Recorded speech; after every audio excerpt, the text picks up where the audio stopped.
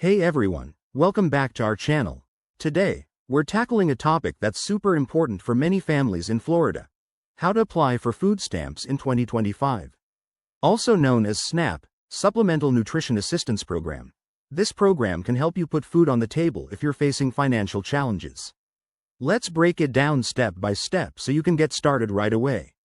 First things first, you need to check if you qualify. Eligibility is based on factors like your household size, income, and assets. For 2025, the Florida Department of Children and Families, DCF, has updated guidelines, so head to their official website to use the pre-screening tool.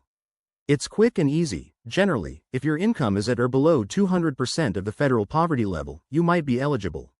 Once you've confirmed you're likely to qualify, gather your documents.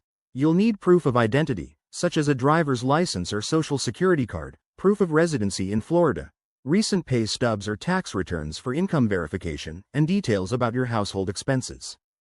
Don't worry if you don't have everything. You can submit what you have and follow up later. Now, let's talk about applying. The easiest way is online through the Florida DCF portal at www.dcf.state.fl.us. Just create an account, fill out the application form, and upload your documents. If you prefer a more hands-on approach, you can apply in person at your local DCF office or mail in a paper application. Be sure to double-check the 2025 updates on the site for any new requirements. After submitting, you'll likely be scheduled for an interview, which can be done over the phone or in person. This is your chance to answer any questions and provide additional info. Once approved, you could receive benefits within 30 days, loaded onto an EBT card for grocery shopping. Applying for food stamps is a straightforward process that can make a real difference. Remember, it's confidential and designed to help.